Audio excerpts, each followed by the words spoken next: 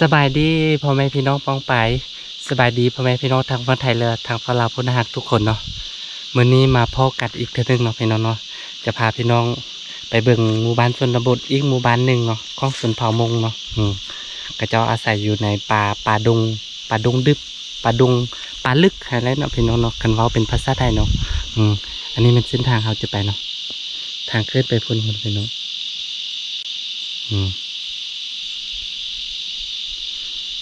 ขึ้นไปพุ่นนะครับไปห้อพุ่น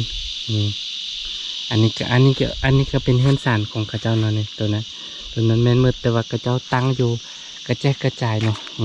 มันเป็นหมู่บ้านหนึ่งของเมืองลำบากแขวงหลวงพระบางเนาะพี่น้องอันนี้เป็นเส้นทางที่เรามาเราจะขี่รถไปพุ่นพุ่นหมู่บ้านข้าเจ้าเนาะอยู่ถึงหัวปูตัวนั้นเนี่ยเห็นแต่หัวปูมันหมู่บ้านข้าเจ้าแม่นแต่ป่าแต่ดงวิวมันทึกเป็นช่วงฤดูแล้งเนาะพี่น้องเนาะก็เจ้าส่วนใหญ่ก็เจ้าจะไปยุ่งเหือนเมนแล้วก็เมน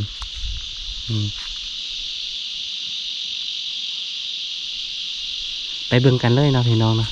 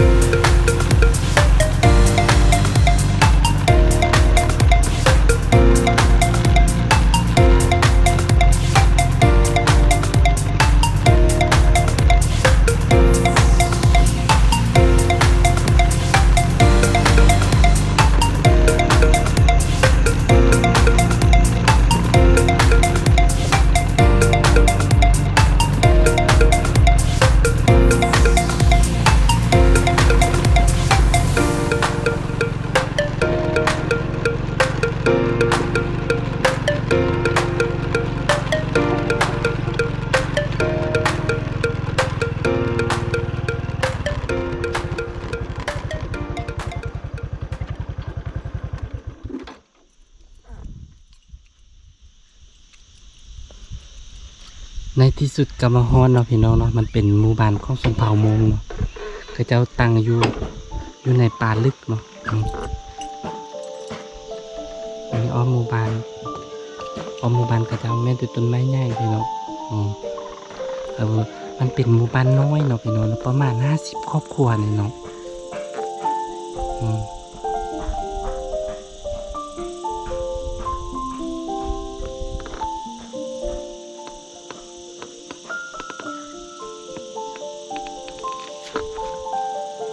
ไปเบิ่งน้ำกันเลยเนาะส่วนมากครอบครัวนี้บ่อยู่เนาะพี่น้อง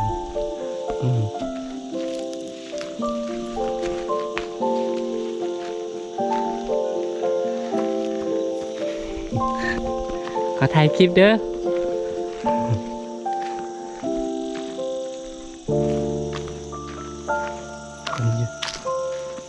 อยู่น้อยเนาะมันกำลังตั้งเหือก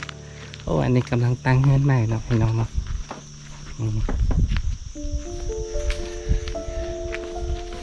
ตั้งเฮือนใหม่เนาะตั้งเฮือนใหม่อยู่เนาะกำลังตั้งเฮือนใหม่อยู่เนาะพี่น้องเนาะ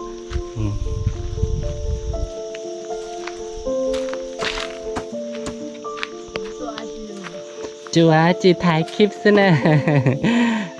ถ่ายคลิปอัน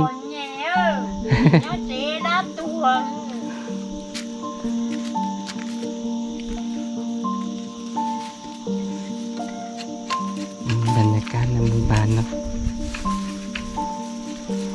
มันเตี้ยแบบมันชัวเจ๊รัดตัว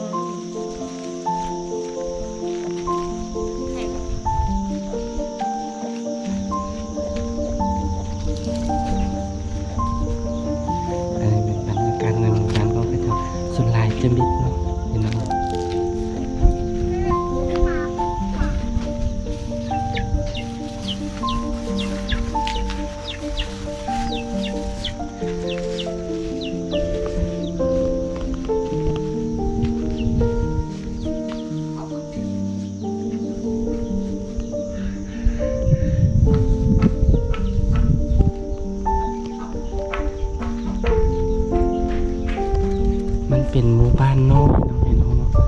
ประมาณก็เจ้าเป็นหมู่บ้านน้อยสัมผัสบ่มีคนอยู่เด้เนาะเจ้ามิตรจิลีก็จะไปเวียกเหมือนเนาะ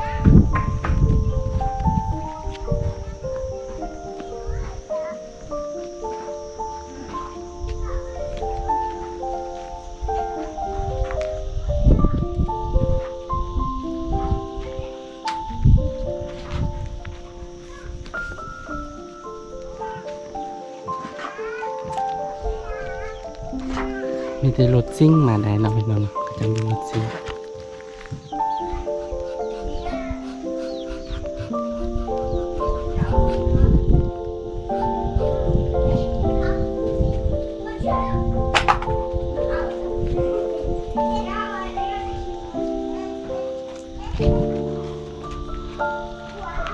มิดจิลีเนาะ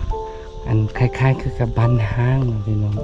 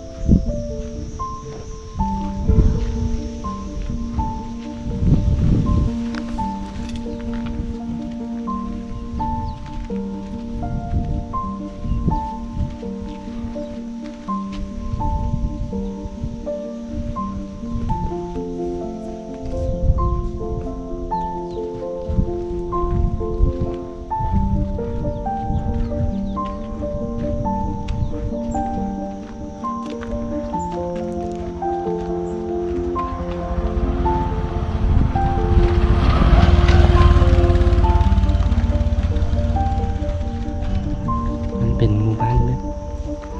อยู่อุดรมิดจิลีบ่มีไฟฟ้าก็เจ้าก็ใช้แต่ไฟฟ้าแสงตะเวนเนาะ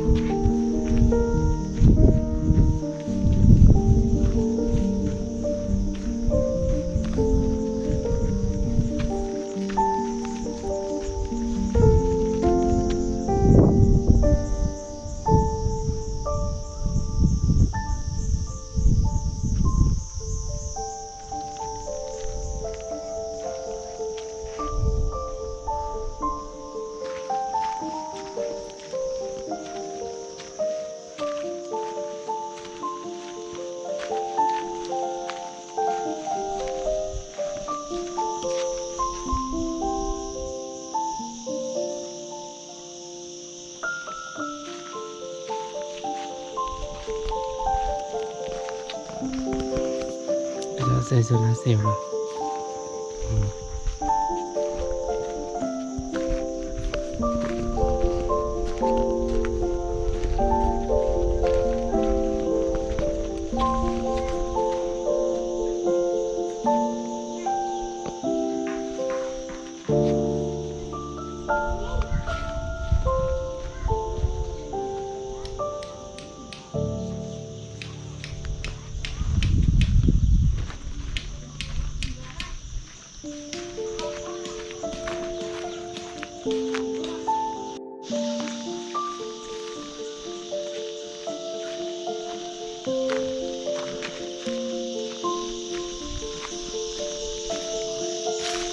มันเป็นหมู่บ้านเข้าไปนาคนเนาะพี่น้องเนาะยังมีเส้นทางเข้าไปนาคนเห็นสารบันทองตามไปอยู่ในป่าคนแต่ว่าเขาบุไปนะถ่ายคลิปถ่ายคลิปขออนุญาตถ่ายคลิปเด้อบรรยากาศนี้ถือว่าคักหลายเนาะพี่น้องเนาะมันเป็นต้นไม้ต้นตอกใช่ไหมเป็นปัจต้นไม้ต้นตอกใหญ่อยู่อ้อมหมู่บ้านเลยถือว่าวิวคักเนาะพี่น้องเนาะพอได้มักแบบนี้แล้วก็อยู่แบบนี้ถือว่าโอเคเนาะถือว่ามิดได้เนาะนี่เป็นเส้นทางที่เรามาเนาะเส้นทางที่เรามายังมีหมู่บ้านอีกบ้านนึงไปทางนั้นแต่ว่าไกลหลายเนาะพี่น้องเนาะก็เลยว่าผมไปเลยเนาะแต่นี่ก็คือหมู่บ้านกระเจ้าอีก2-3 หลังเนาะ กระเจ้าตั้งอยู่กลางทางป่าเนาะพี่น้องเนาะหมู่บ้านก็จะประมาณนี้อันนี้เป็นเส้นทางไปอีกหมู่บ้านหนึ่งแบบแยกๆกันเนาะพี่น้องเนาะอันนั้นก็เป็นเหือนของประชาชนเนาะที่บนนั้นตกเนี่ยหมู่บ้านอันนี้เป็นมืดเนาะพี่น้องเนาะก็ขอจบคลิปนี้เท่านี้เนาะพี่น้องเนาะอย่าลืมกดติดตามให้แด่เพื่อเป็นกำลังใจในการให้คลิปต่อไปเนาะขอบใจ